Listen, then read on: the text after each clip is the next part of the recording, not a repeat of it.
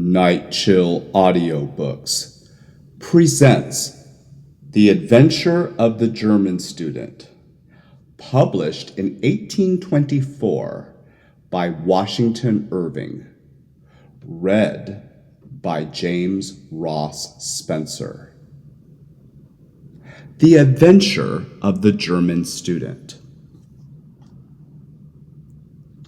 On a stormy night in the tempestuous times of the French Revolution, a young German was returning to his lodgings at a late hour across the old part of Paris. The lightning gleamed, and the loud claps of thunder rattled through the lofty, narrow streets. But I should first tell you something about this young German. Gottfried Wolfgang was a young man of good family. He had studied for some time at Göttingen, but being of a visionary and enthusiastic character, he had wandered into those wild and speculative doctrines which have so often bewildered German students. His secluded life, his intense application, and the singular nature of his studies had an effect on both mind and body. His health was impaired, his imagination diseased. He had been indulging in fanciful speculations on spiritual essences until, like Swedenborg, had had an ideal world of his own around him. He took up a notion, I do not know from what cause, that there was an evil influence hanging over him, an evil genius or spirit seeking to ensnare him and ensure his perdition. Such an idea, working on his melancholy temperament, produced the most gloomy effects. He became haggard and desponding. His friends discovered the mental malady preying upon him, and determined that the best cure was a change of scene. He was sent, therefore, to finish his studies amidst the splendors and gaiety of Paris. Wolfgang arrived at Paris at the breaking out of the Revolution. The popular delirium at first caught his enthusiastic mind, and he was captivated by the political and philosophical theories of the day. But the scenes of blood which followed shocked his sensitive nature, disgusted him with society and the world, and made him more than ever a recluse. He shut himself up in a solitary apartment in the Pays Latin, the quarter of students.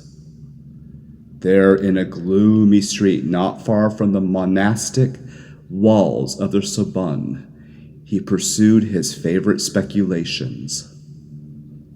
Sometimes he spent hours together in the great libraries of Paris, those catacombs of departed authors, rummaging among their hoards of dusty and obsolete works in quest of food for his unhealthy appetite.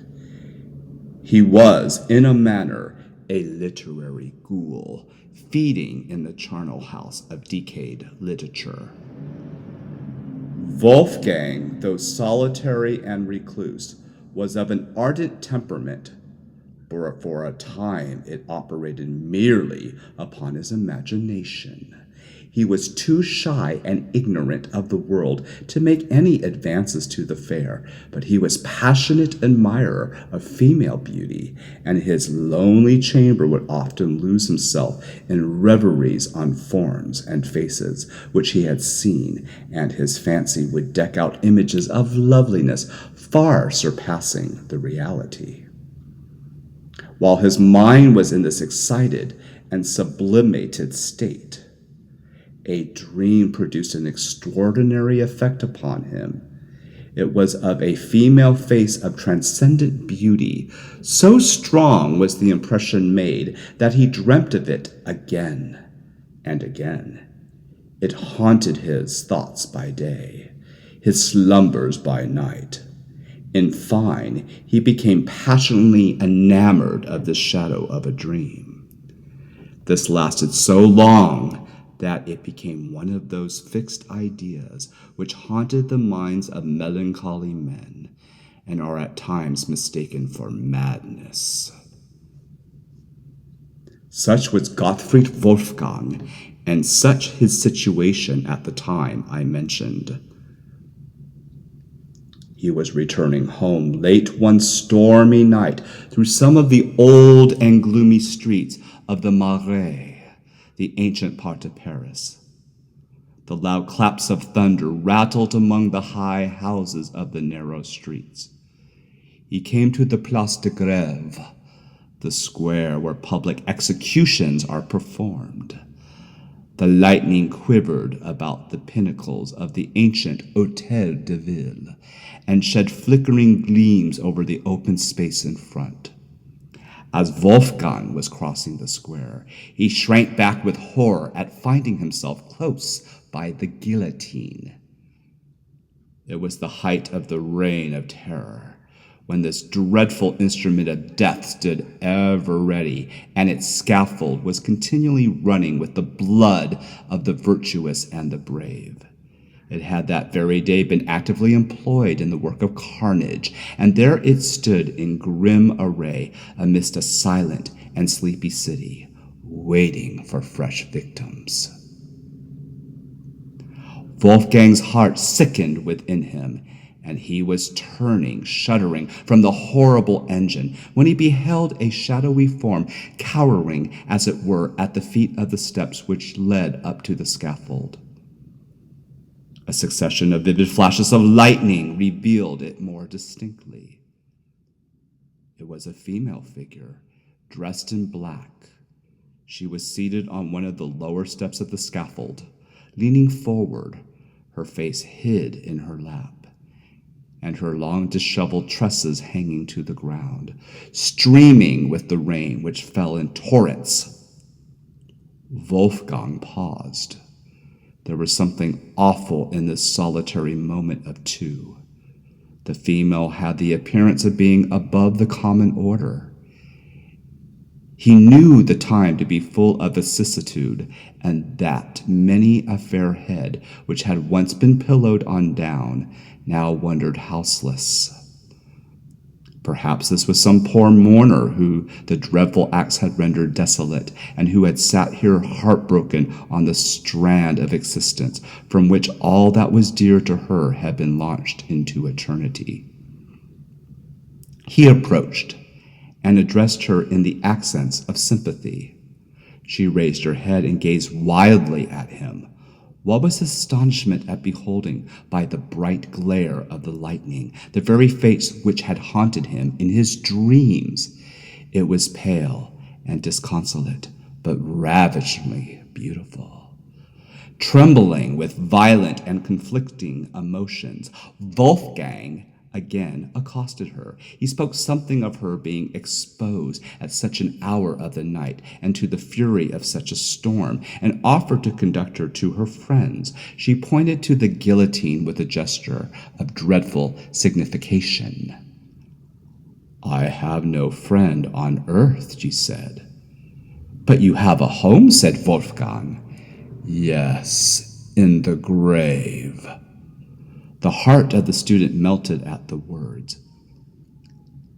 "If a stranger dare make an offer," he says, "without danger of being misunderstood, I would offer my humble dwelling as a shelter, myself as a devoted friend. I am friendless myself in Paris, and a stranger in the land. But if my life could be of service, it is at your disposal, and should be sacrificed before harm or indignity should come to you." There was an honest earnestness in the young man's manner that had its effect. His foreign accent, too, was in his favor. It showed him not to be a hackeyed inhabitant of Paris. Indeed, there is an eloquence in true enthusiasm that is not to be doubted. The homeless stranger confided herself implicitly to the protection of the student. He supported her faltering steps across the Pont Neuf and by the place where the statue of Henry IV had been overthrown by the populace. The storm had abated, and the thunder rumbled at a distance. All Paris was quiet. That great volcano of human passion slumbered for a while to gather fresh strength for the next day's eruption. The student conducted his charge through the ancient streets of the Palais Latin and by the dusky walls of the Sorbonne to the great dingy hotel which he inhabited.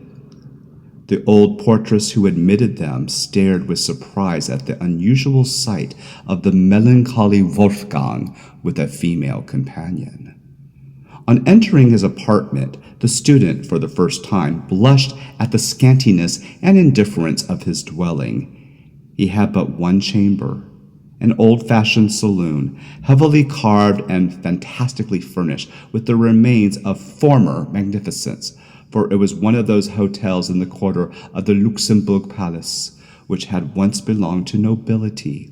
It was lumbered with books and papers, and the usual apparatus of a student, and his bed stood in a recess at one end. When lights were brought, and Wolfgang had a better opportunity of contemplating the stranger, he was more than ever intoxicated by her beauty.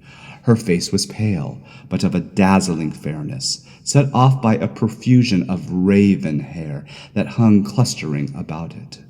Her eyes were large and brilliant, with a singular expression approaching almost to wildness. As far as her black dress permitted her shape to be seen, it was of perfect symmetry. Her whole appearance was highly striking, though she was dressed in the simplest style. The only thing approaching to any ornament which she wore was a broad black band round her neck, clasped by diamonds. The perplexity now commenced with the student how to dispose of the helpless being thus thrown upon his protection. He thought of abandoning his chamber to her and seeking shelter for himself elsewhere. Still, he was so fascinated by her charms, there seemed to be such a spell upon his thoughts and senses that he could not tear himself from her presence. Her manner, too, was singular and unaccountable. She spoke no more of the guillotine. Her grief had abated. The attentions of the student had first won her confidence, and then, apparently, her heart. She was evidently an enthusiastic, like himself, and enthusiasts soon understand each other. In the infatuation of the moment, Wolfgang avowed his passion for her. He told her the story of his mysterious dream and how she had possessed his heart before he had even seen her. She was strangely affected by his recital and acknowledged to have felt an impulse towards him equally unaccountable. It was the time for wild theory and wild actions. Old prejudices and superstitions were done away. Everything was under the sway of the goddess of reason. Among other rubbish of the old times, the forms and ceremonies of marriage began to be considered superfluous bonds for honorable minds. Social compacts were the vogue. Wolfgang was too much of a theorist not to be tainted by the liberal doctrines of the day. "Why should we separate?" he said. "Our hearts are united. In the eye of reason and honor we are as one. What need is there of sordid forms to bind high souls together?" The stranger listened with emotion. She had evidently received illumination at the same school. "You have no home nor family," continued he. "Let me be everything to you, or rather let us be everything to one another. If form is necessary, form shall be observed. There is my hand. I pledge myself to you forever." "Forever?" said the stranger solemnly. "Forever," repeated Wolfgang. The stranger clasped the hand extended to her. "Then I am yours," murmured she, and sank upon his bosom. The next morning, the student left his bride sleeping, and sallied forth at an early hour to seek more spacious apartments suitable to the change in his situation. When he returned, he found the stranger lying with her head hanging over the bed and one arm thrown over it. He spoke to her, but received no reply. He advanced to awaken her from her uneasy posture. On taking her hand, it was cold. There was no pulsation. Her face was pallid and ghastly. In a word, she was a corpse. Horrified and frantic, he alarmed the house. A scene of confusion ensued. The police was summoned. As the officer of police entered the room, he started back on beholding the corpse. Mon Dieu! Cried he. How did this woman come here? Do you know anything about her? Said Wolfgang eagerly. Do I? Exclaimed the police officer. She was guillotined yesterday. He stepped forward, undid the black collar around the neck of the corpse, and the head rolled on the floor. The student burst into a frenzy. The fiend! The fiend has gained possession of me! Shrieked he. I am lost forever! They tried to soothe him, but in vain. He was possessed with the frightful belief that an evil spirit had reanimated the dead body to ensnare him. He went distracted and died in a madhouse. Here the old gentleman with the haunted head finished his narrative. And is this really a fact? Said the inquisitive gentleman. A fact not to be doubted, replied the other. I had it from the best authority. The student told it to me himself. I saw him in a madhouse at Paris. The end.